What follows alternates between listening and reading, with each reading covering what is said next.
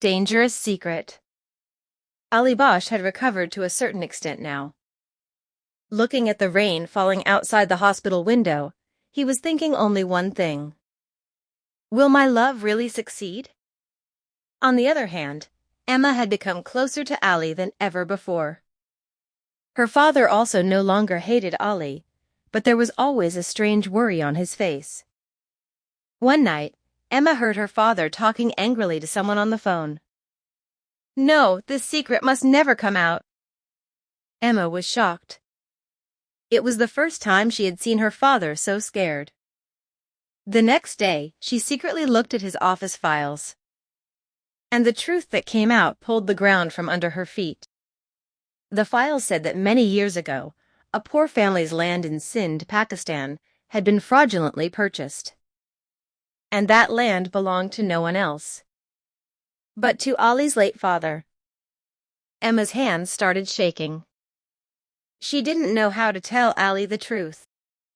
That evening, she went to see Ali, but there was a strange fear in her eyes. Ali asked, Emma, what happened? Why are you so worried? Emma remained silent. Tears started flowing from her eyes. Ali, if you found out that my family had wronged your family, would you hate me? Ali was shocked to hear this. Emma told the whole truth. Silence fell in the room. Anger, sadness, and uncertainty began to appear in Ali's eyes all at once. So, your family was behind my father's ruin? Emma cried. I didn't know anything, Ali. I swear to God. At that moment, the door opened, and Emma's father entered. There was shame on his face. Yes, Ali, it's true. My business partners had betrayed your family, and I remained silent at that time. A storm began to rise in Ali's heart. On one side was his love, and on the other side was the injustice done to his parents. Now he had to decide. Revenge or love or revenge. There was a deep silence in the room. Ali Bosch had tears in his eyes, but there was also a hardness on his face. His late father's words echoed in his mind. Son, a person is made great by his character, not by hatred. Emma was crying continuously. Ali, if you want, I will leave your life forever. But believe me, I have never done anything wrong to your family. Ali did not answer. She silently left the room. It was raining. The streets of London were soaked, and Ali was walking alone. Two wars were going on in his heart. One voice said, These people ruined your family. Never forgive them. And the other voice said, Emma truly loves you. At the same time, Ali received a call from his mother, who was in Sindh. The mother asked, Son, why is your voice so sad? Ali could not control his emotions and told everything. There was silence for a few moments. Then his mother said slowly, Son, if every injustice is answered with hatred, the world will never see love. Allah loves those who forgive. These words sank into Ali's heart. The next day, Ali went to Emma's house again. Emma was scared. She felt that maybe Ali would leave her forever today. But Ali stopped in front of her. Emma, your family made a mistake. But you didn't. Emma looked at her in surprise. Ali said slowly, I am choosing love over hatred. On hearing this, tears of joy started flowing from Emma's eyes.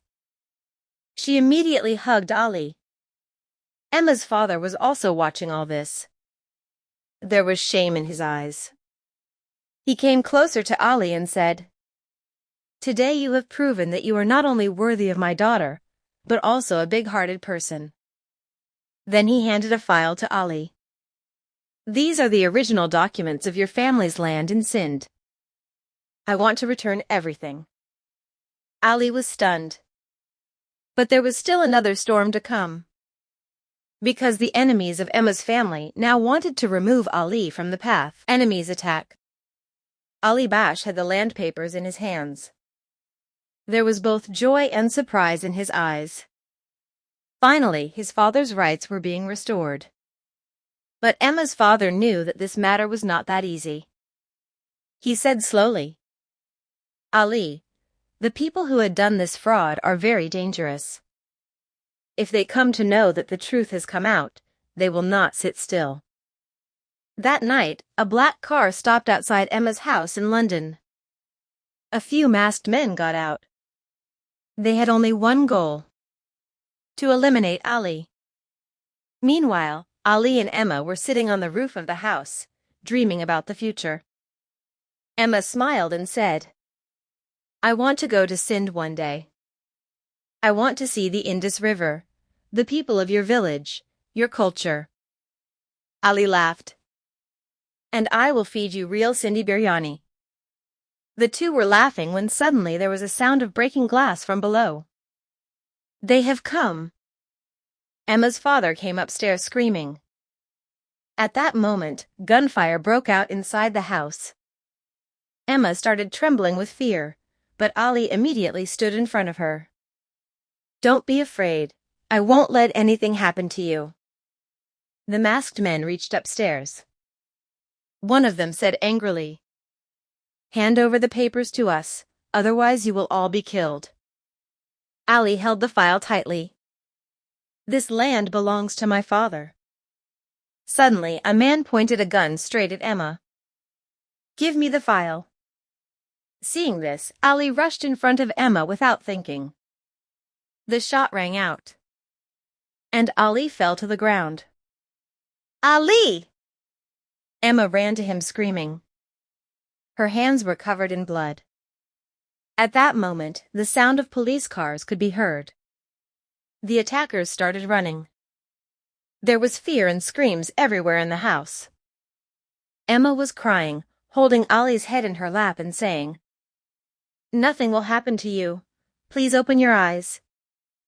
Ali opened his eyes with difficulty. A slight smile appeared on his lips. "I told you, I won't let anything happen to you." And then his eyes started to close, between life and death. Emma's screams echoed throughout the house. Ali Bash lay in her lap, covered in blood. The ambulance was speeding towards a large hospital in London. The doctors were trying hard. "Hurry up, there's too much blood." Emma was sitting against the wall outside the hospital crying. Her hands were still stained with Ali's blood. She looked up at the sky and prayed, "God, take my life, but save Ali." Several hours later, the door to the operation theater opened. The doctor came out. The bullet hit too close to the heart. The next 24 hours are very important. Hearing this, Emma's father was also worried. For the first time, he felt that Ali was no longer just a boy, but had become part of their family. In the late hours of the night, Ali's condition suddenly started to deteriorate. The machine started making loud noises. The doctor came running in. Emma started trembling with fear. No, this can't be happening. Meanwhile, Ali was having a dream while unconscious. He saw himself in his village in Sindh. The Indus River was flowing, the smell of soil was in the air, and his late father was standing in front of him smiling. "Son, your time has not come yet. You have to complete your love." Suddenly, the sound of the hospital machine changed. The doctors were shocked. "His heart is returning to normal."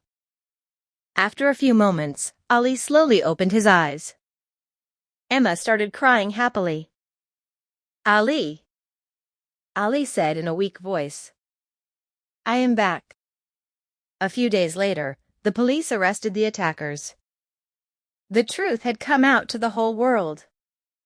Everywhere on newspapers and TV, there was the same news. Sindhi boy sacrificed his life for love. People started praising Ali's bravery. But there was still one final decision to make.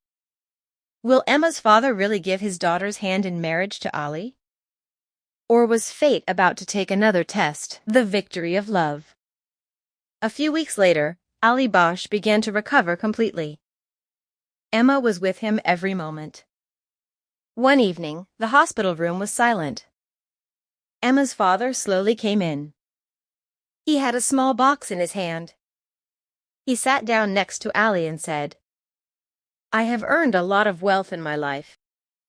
But today I realized that the real wealth is humanity and love." Then he opened the box. There was a beautiful ring in it.